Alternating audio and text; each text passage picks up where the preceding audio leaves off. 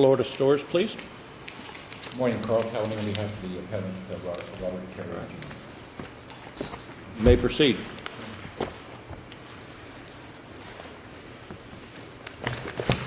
Good morning. This is an appeal from the trial court in which the trial court granted the defendant appellee Macy's motion to dismiss.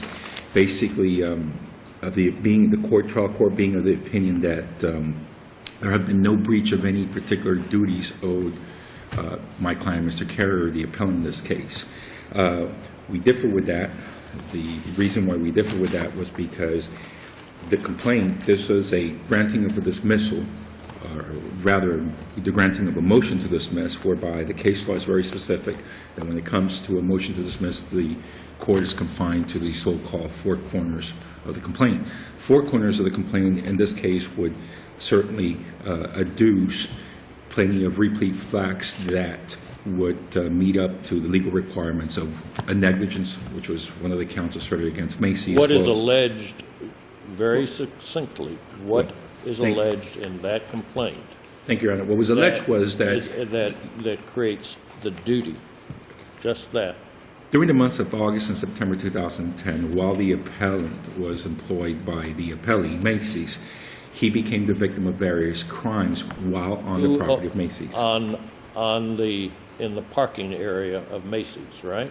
And in the parking area of Macy's as well as inside the store. Parking area of Dadeland Mall, I should say. Right. Parking. Not inside Macy's, on the parking ramp or parking lot, parking garage of Dadeland Mall, correct? In part, Your Honor, which was controlled by Macy's, because Macy directed my client. Who owned, did you allege, and can you in good faith allege that Macy's owns the parking garage? Well, no, we didn't allege who owned the parking garage. What we alleged was that Macy's was providing specific instructions as to where the appellant should park, what doors he should use to go in and outside of the property of Macy's. And mind you, Your Honor, it's also alleged in the complaint specifically that my client was assaulted and stalked while inside of Macy's. So crimes occurred not only outside of Macy's, but inside of Macy's as well. Is there any evidence that Macy's was on notice of? Yes, Your Honor. That's also alleged in the complaint. The person being stalked? Well, there was at least 2 or 3 police complaints that were... I'm sorry? There was at least 2 or 3 police complaints that were generated when my client would call the cops to, inform them that he had been the victim of various crimes. There was more than one crime that occurred during the course of August and September 2010. Can you in good faith allege, or did you in good faith allege, that Mr. Carrier was assaulted, physically assaulted, inside Macy's? It's alleged in the complaint. If I may. I mean, paragraph 49 and 50 talk about him being followed home from defendant's property and being shot. And that his car was vandalized, but again, the car was in the parking lot, not inside Macy's. Correct. The car would have been in the parking lot. But if I may real quick, the part about the assault. Yes. Can you find in that complaint any allegation that he was assaulted inside Macy's or was the victim of a crime inside Macy's?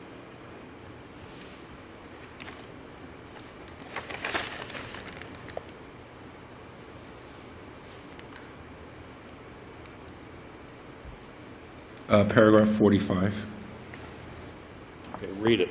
Read that That portion. in early September 10, 2010, plaintiff continued to be criminally victimized while on defendant's property. His customized vehicle was again vandalized, and he continued to be stalked and was even assaulted On while... defendant's property, that refers to the parking lot. That refers to the store. The car was in the parking lot. Right, no, I understand, but he was being assaulted inside the store. Maybe that wasn't specific. Was assaulted inside the store? Yes, sir. One of the shooters was actually once inside the store and assaulted my client while inside of Macy's, while he was working at Macy's. How was he assaulted inside the store? I'm not with you. What does it say? That What does one it of the say? shooters pointed a gun at him inside the store? No, one of the shooters approached him while he was working at the linen department on the second floor of Macy's and made certain threats to him. And he informed Macy's of the fact. And every time... Did it have anything to do with him being he was an employee of Macy's? Correct. Why is, among many other things, why isn't it a comp case? What isn't it, a what? A comp case? Workers' compensation case. Your Honor, it had nothing to do with while he was, okay. The fact that he was criminally victimized had nothing to do with the course. Right, but you're, of like, his- paragraph, count 4 specifically, the only thing it alleges there is that he became the victim of a shooting, and I'm quoting from the complaint, this is not my language, at the hands of a thug, while lawfully on defendant's property. Well, that's not true, because he was shot at his home, Right, he not was on shot at his defendant's home. property. Right, he was followed from the defendant's property. That's referenced in the complaint at least once. He was followed from the defendant's property to his home. Right, and again, what duty does Macy's have when an employee leaves their premises to follow them, or are they supposed to have a police escort to No. make sure that they get home safely and are not shot? I mean, what is the duty here? Under normal circumstances, there would not be a duty. In this case, there's a duty because Mr. Carrier was repeatedly criminally victimized while at Macy's, whether as an employee or as a customer. So He the- informed- so if Was, there- what if the- was he? Was he an employee or a customer? Well, there were times when he was an employee, Your Honor, and there were What?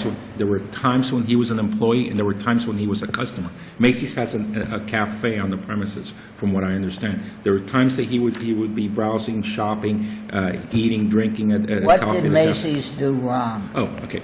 What Macy's did wrong was that Macy's was informed that Mr. Carrier was being stalked and targeted and criminally victimized time and again.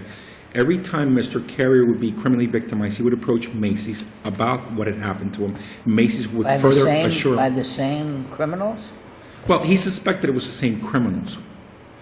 And every time, Is this over a period of time?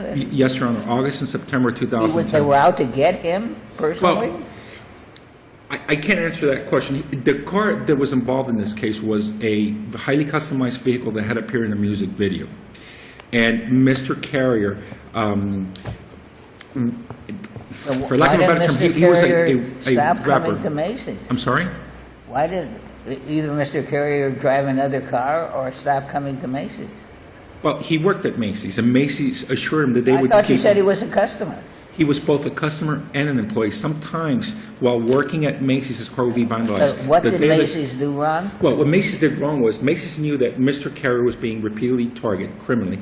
Every time that Mr. Carrier would approach Macy's, Macy's would assure him that they would keep him under surveillance, him and his car. They would instruct him as to which doors to use to go in and out of the mall, specifically into Macy's property. And they failed to keep up their promises. They also told him that they were going to But warn. he was injured at his home, was he not? Right, he was injured outside the premises. So absolutely. what did Macy's do wrong? What Macy's did wrong was they didn't warn that he was being followed. He knew targeted. that. I'm sorry? He knew that. That's what he was Well- complaining about. On the day in question, he was not specifically aware that there was somebody that was actually following him But from the Nor property. did Macy's. I'm sorry? Nor did Macy's know, Well, presumably. they knew or unless- should have known because they had him under You're saying that surveillance. the duty of Macy's was to protect him from something that he reported to Macy's about, but he shouldn't have known, but Macy's should have. Well, Macy's had him under surveillance, both him and his property. And on the day in Do question... they have a duty to follow him home and No, Your protect Honor. him there? We're not saying that. What we're arguing is that they had a duty to warn him that he was being targeted, that he But was he being knew stalked. that. He told them constantly that, according to you. Well, but he didn't know that on the day in question there was somebody specifically following him. He saw But suspicious the only character. duty at all is because he told them that he was in danger at Macy's, and Macy's agreed to protect him, you say. Correct, yes. So there But were he specific didn't know, duties. but he didn't have a duty to protect himself, but Macy's did. No, Your Honor, on the day in question, you see, we're here, part of the problem here is that we're here on the motion to dismiss. Had this been a motion for summary judgment, there would be evidence that I could certainly adduce to Right, the but you court, have to, such as... you have to get past the hurdle of the duty. What duty does Macy's owe to the plaintiff, your client, The duty to warn him. let him know that when he gets out of his car at his home, he may be the target of a crime? The duty they had to him on the day in question, which is namely September 8th, the day he was shot by a perpetrator that followed him from Macy's to his home or the vicinity of his Is there home. any was the duty evidence to of, warn him. I'm sorry. how do you know that? Well, How does because he that know came that? out at a depo. If What? that came out at a deposition. Mr. Carrier, at a deposition taken by the defendant, testified that one of the shooters he recognized as the person that had assaulted him inside of Macy's, and that When? same The same day? on September the 8th, and that same shooter he had seen on the premises. He had reported that to security. He asked He security was to look assaulted at. on the day that he was also shot? He was assaulted in Macy's, he left and then got shot? Is that the allegation? No, Your Honor, he was assaulted on a separate Counsel, day, let me but ask you this. How many times have you had, how many amendments has there been to this complaint? that what we just won. Just one. All right, you've exceeded your time, actually. So, we'll give you 1 minute for rebuttal if you need Well, it. thank you.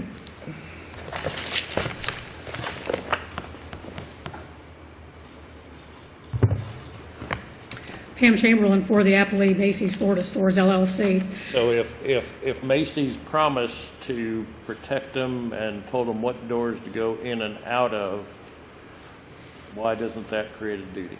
There was no duty if he was safe on Macy's premises to provide security in his home or from people that he might have had some personal gripe with in his personal life, which is basically what the plaintiff alleges. He's alleging that he told, whether he was a customer or an employee, that he told Macy's that he was being, either his car or his person was being stalked and assaulted or victimized out in the parking lot, and the allegation is that Macy's said, "We will see to it that you are protected, and henceforth, when you come here, park in this spot."